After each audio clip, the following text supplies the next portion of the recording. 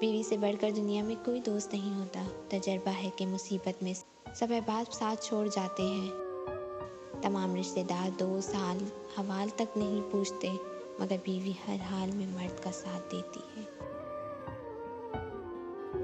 बीमारी की हालत में जो राहत बीवी से मिलती है वो किसी और रिश्ते से नहीं मिलती। बेशक माँ से बढ़कर आपको कोई खैर ख्वाह नहीं मिल सकता, लेकिन बीवी के बराबर भी कोई दोस्त नहीं हो सकता। अगर कोई समझे तो बीवी की आंख में कभी आंसू ना आने दे, क्योंकि बीवी रोती है तो शौहर की जेब से बरकत उड़ जाती है। एक एक आंसू महंगा पड़ता है, फिर शौहर भी रोने वाला हो जाता है।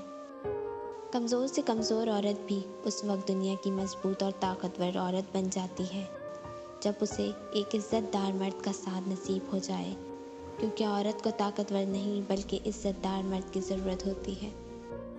बीवी अपने शौहर से उस वक्त तक लड़ती है या ज़िद करती है जब तक उससे प्यार की उम्मीद होती है।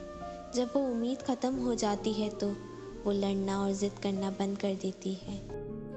शौहर को चाहिए बीवी की तारीफ़ से ज़्यादा उसका एहसास करे, और एक बीवी के लिए यह एहसास किसी नेमत से कम नहीं होता कि कोई मेरी फ़िक्र करने वाला है।